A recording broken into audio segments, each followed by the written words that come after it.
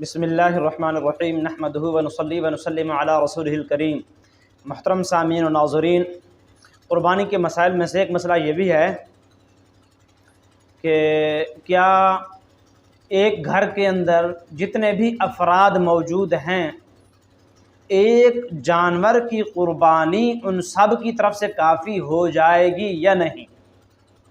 مثال کے طور پر ایک گھر میں ایک باپ ہے، ماں ہے اور دو تین بیٹے ہیں، دو تین بیٹیاں ہیں، 8-10 افراد ہو گئے۔ تو وہ سارے مل کر یا ان میں سے کوئی ایک بندہ ایک جانور خرید کر قربانی کر رہا ہے اور وہ سارے اس قربانی کی نیت میں شریک ہیں، یا وہ قربانی کرنے والا تمام کی طرف سے نیت کر کے قربانی کر رہا ہے، تو کیا یہ ایک قربانی تمام گھر والوں کی طرف سے کافی ہو جائے گی یا نہیں؟ تو اس میں خوب یاد رکھنے کی بات ہے کہ شریعت کے اندر اصول یہ ہے کہ آپ جب بھی قربانی کرتے ہیں، قربانی کے لیے عاقل بالغ ہونا ضروری ہے۔ مسلمان ہو، عاقل ہو، بالغ ہو، یہ ضروری ہے۔ تو گھر کے اندر جتنے بالغ افراد صاحب نصاب ہوں گے، جن کو قربانی کرنے کی طاقت ہے، اتنا پیسہ مال دولت ہے کہ وہ قربانی کر سکتے ہیں آسانی کے ساتھ، حالات اتنے اچھے ہیں، صاحب نصاب ہیں، تو جتنے افراد گھر کے اندر موجود ہیں، مرد ہوں، عورتیں ہوں، والدین ہوں، اولاد ہو، میاں بیوی کا رشتہ ہو، ہر ایک پر قربانی علیحدہ علیحدہ واجب ہوگی۔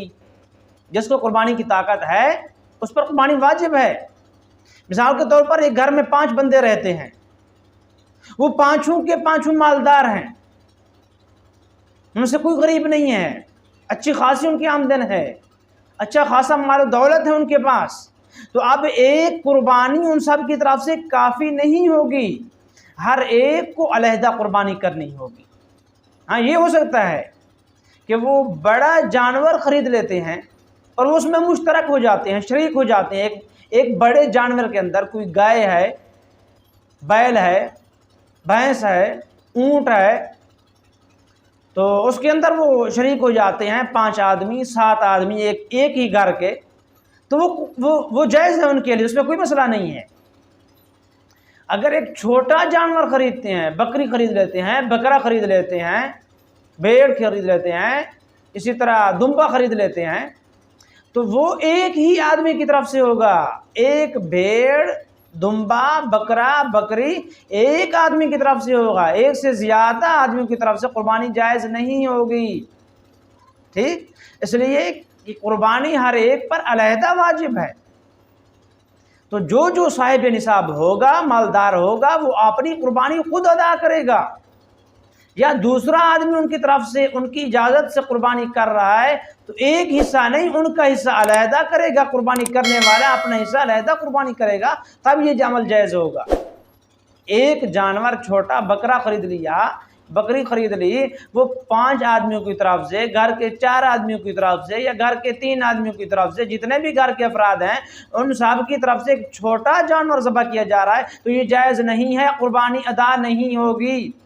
ایک آدمی کی نیت لازمی ہے اس چھوٹے جانور کے اندر، اور بڑا جانور ہے وہ ایک آدمی بھی کر سکتا ہے، اس میں زیادہ سے زیادہ 7 شریک ہو سکتے ہیں، تو اس لیے گھر کے اگر 7 افراد ہیں تو وہ اس میں اپنے اپنے طور پر شریک ہو کر قربانی کر سکتے ہیں، ورنہ ایک حصہ بڑے جانور میں لینا اور اس ایک حصے کے اندر تمام گھر والوں کی نیت کا شامل ہو جانا، اس سے وہ قربانی ادا نہیں ہوگی۔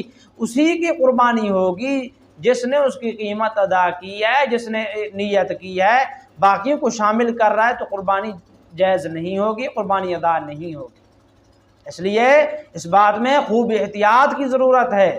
اگر گھر والا خامند مالدار ہے، بیوی اپنے طور پر مالدار ہے، تو خامند الگ قربانی کرے گا، بیوی الگ قربانی کرے گی، اسی طرح ماں مالدار ہے، بیٹی مالدار ہے، ماں اپنی طرف سے الگ قربانی کرے گی، بیٹی اپنی طرف سے الگ قربانی کرے گی۔